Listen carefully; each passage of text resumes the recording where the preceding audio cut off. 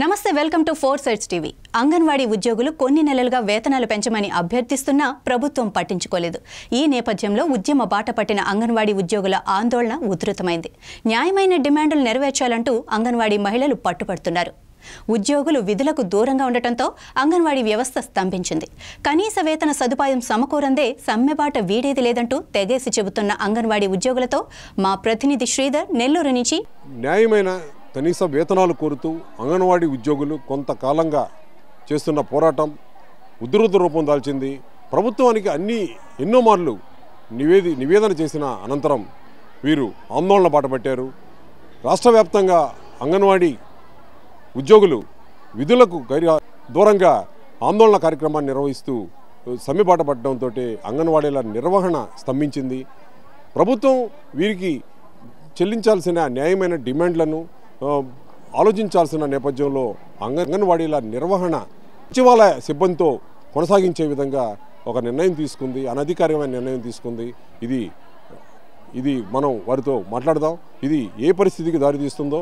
అంగన్వాడీ ఉద్యోగులైతే తమ ఆందోళన ఈ దఫా తమకు కనీస వేతనం లభించే వరకు కూడా ఆందోళనను విరమించేది లేదని ఘంటాపదంగా చెప్తున్నారు.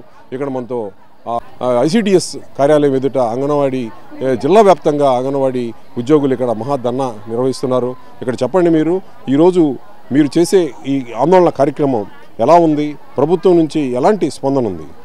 ప్రభుత్వం నుంచి ఎలాంటి స్పందన లేదు కాబట్టే ఈరోజు 3వ రోజుకి చేరుకుందండి మా సమ్మె. నేను నెల్లూరు అర్బన్ నుంచి మాట్లాడుతున్నాను. నా పేరు కామాక్షి. మాకు ప్రభుత్వం నుంచి ఎటువంటి ఏదైనా జరుగుంటే ఈరోజు మేము రోడ్ల మీదకి వచ్చి ఉండము. అన్ని విధాల విఫలమైంది కాబట్టి ఆయన మా బాధ్యతలు ఏది చూసుకోలేదు కాబట్టి ఈరోజు రోడ్ల మీదకి వచ్చి ఆయన అక్క చెల్లెళ్ళు రోడ్ల మీద కూర్చోవడం జరిగింది. ఇవాళ 3 రోజులు అవుతున్న ఆయన సీఎం గారు 3 రోజుల నుంచి వర్క్ జరుగుతుంటే ఏమీ పట్టించుకోవడం లేదు. నిమ్మక నీరెత్తినట్టు కూర్చొని మా మీదకి వేరే డిపార్ట్మెంట్ వాళ్ళని ఉసిగలుపుతున్నాడు. ఏదో మనం ఇప్పుడు చూస్తున్నట్టయితే దాదాపుగా ఇది మీ ఆందోళన 3వ రోజుకు చేరుకుంది. ఈరోజు మీ గురించి ప్రభుత్వం పట్టించుకోవడం మానేసి అంగన్వాడీల నిర్వహణకు సచివాలయ సిబ్బంది ద్వారా కొనసాగించాలని అనుకుంటున్నారు. ఇది మరో రకమైన ఎస్మా అనుకుంటున్నారా? ఎస్మా కాకపోతే ఇంకేమనుకోవాలండి, ఎస్మానే కాబట్టే మమ్మల్ని అన్ని రకాలుగా ఈ విధంగా ఆయన హింసించడం మొదలుపెట్టాడు. ఇప్పుడు సచివాలయం స్టాఫ్ అని ఆయన మా పైకి ఉసిగలుపుతున్నాడు. వాళ్ళని కలిపినప్పటికీ ఎంతవరకు వాళ్ళు న్యాయం చేస్తారనేది వేచి చూడాలి.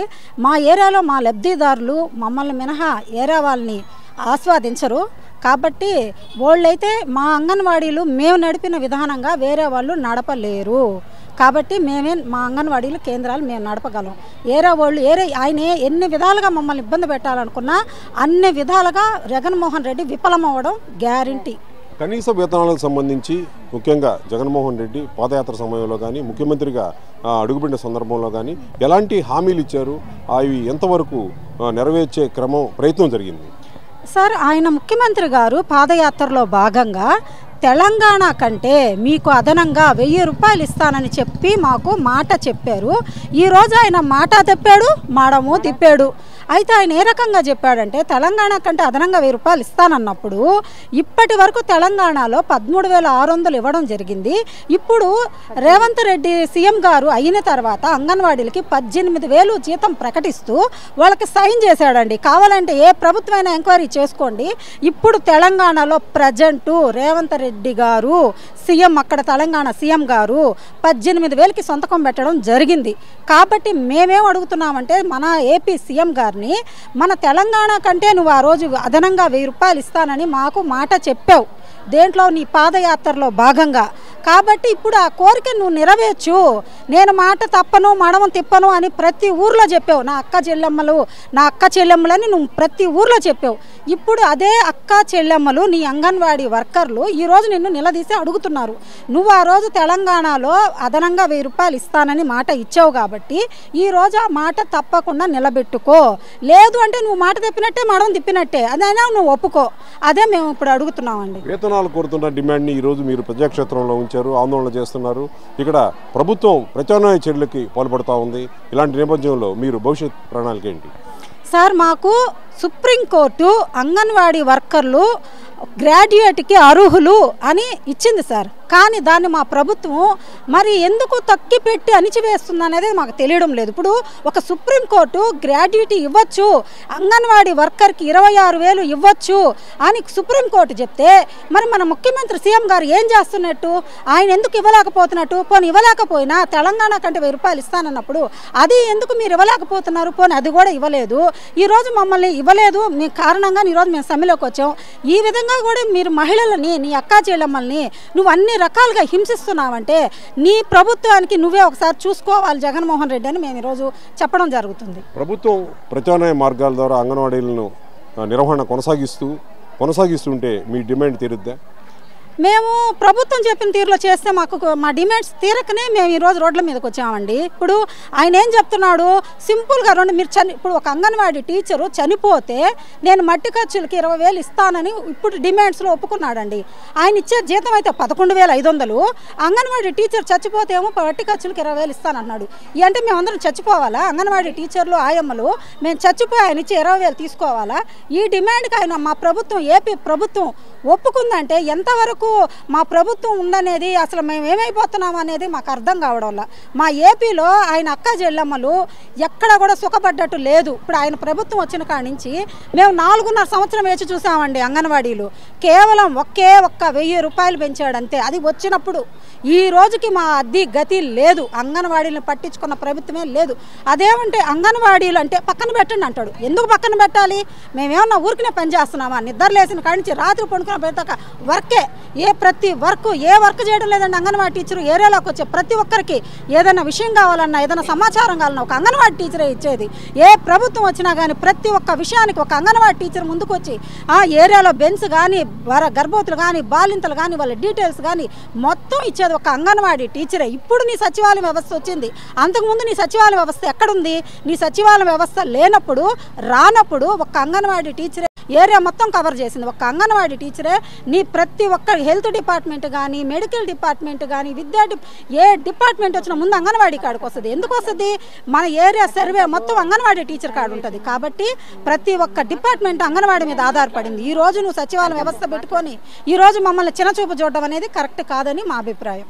మీరు చెప్పండి, ఈరోజు మీరు చేస్తున్న ఆందోళనకి ఈ ప్రజా సంఘాల నుంచి కానీ, ప్రజా పార్టీల నుంచి కానీ ఎలాంటి మద్దతు లభిస్తుంది? ప్రజల నుంచి కూడా ఎలాంటి మీకు మద్దతు వస్తుంది? ప్రజల నుంచి అయితే మా మీద, ప్రజలైతే గ్రామంలో మేము పనిచేసే వర్క్ ప్రజలు చూస్తున్నారు కాబట్టి ప్రజలకు మా మీద దయాదాక్షిణ్యాలు అయితే ఉన్నాయి. కేవలం ఒక స్కూల్ హెడ్ మాస్టర్కి రిపోర్ట్ కావాలన్నా మాకు అంగన్వాడీ టీచర్ అవసరం. సర్వే కావాలన్నా అంగన్వాడీ టీచర్కి ఫోన్ చేసి రిపోర్ట్ తీసుకుంటాడు. వాలంటరీకి కావాలన్నా అంగన్వాడీ టీచర్కి, ఎంఎస్కేలకు కావాలన్నా అంగన్వాడీ టీచరు. ఎంఎస్కేలు సచివాలయంలో కూర్చొని కంప్యూటర్ ముందు కూర్చొని ఫోన్ చూసుకున్నాక 30,000 జీతం. ఉదయం 9 నుంచి రాత్రి 12 వరకు అంగన్వాడీ టీచర్ వర్క్ చేస్తుంది. 2 GB ఫోన్ ఇచ్చి ఆ ఫోన్లో ఏం ఓపెన్ కాదు. ఒక గర్భవతిని రిజిస్ట్రేషన్ చేసుకోవాలంటే 24 గంటల ఫోన్ సైజ్ వస్తున్నారు. మేము తిరగతానే ఉంటుంది. 2 GB ఇచ్చి 8 GB వర్క్ పెట్టాడు మాకు. ఫోన్ ఇచ్చాం, ఫోన్ ఎందుకు కోట్లు ఖర్చు పెట్టి ఫోన్లు ఇచ్చావు? మా జీతాలు పెంచవచ్చు కదా. మళ్ళీ కోట్లు ఖర్చు పెట్టి యూనిఫామ్లు ఇచ్చాడు. ఒక సంవత్సరంలోనే ఒక వర్కర్కి 6 యూనిఫామ్లు ఇచ్చాడు. దేనికి పనికి రానివి? మాకు జీతాలు పెంచవచ్చు కదా. మేము ఎంత వర్క్ చేస్తున్నాము? ఉదయం 9 నుంచి సెంటర్లో కూర్చొని పిల్లలకి ప్రీ స్కూల్ అయితే ఏమి, లబ్ధిదారులు వస్తే వాళ్ళ చేత సంతకాలు పెట్టుకొని వాళ్ళకి మళ్ళీ ఫోటో తీసి మళ్ళీ మేము అధికారులకు పెట్టాలా? ఎంత వర్క్ చేస్తున్నాం? ఆయమ్మలు అయితే టీచర్లు అయితే అది గ్రహిస్తున్నాడు సీఎం గారు. తల్లులు అయితే మమ్మల్ని మాకే సపోర్ట్ చేస్తున్నారు. గ్రామంలో ఇప్పుడైతే మేము ఈ సమ్మెలో ఉన్నామని ఎంతోమంది తల్లులు బాధపడుతున్నారు. ఇప్పుడు మా పిల్లలకి భోజనం మీ బళ్ళోనే తినే అలవాటు వాళ్ళకి. ఇప్పుడు ఇంట్లో తింటాంలే. ఇప్పుడు మీరు ఎక్కడ పోతున్నారు? నేను ఈ తమ్మేకి వస్తుంటే 4 తల్లులు అడ్డగిచ్చారు. పిల్లలు వచ్చి చేరబట్టుకున్నారు. మేడం స్కూల్కి రాలేదేం, స్కూల్ పెట్టలేదేమని. ఇట్లా ఎంతోమంది మమ్మల్ని కూడా అడుగుతూ ఉన్నారు.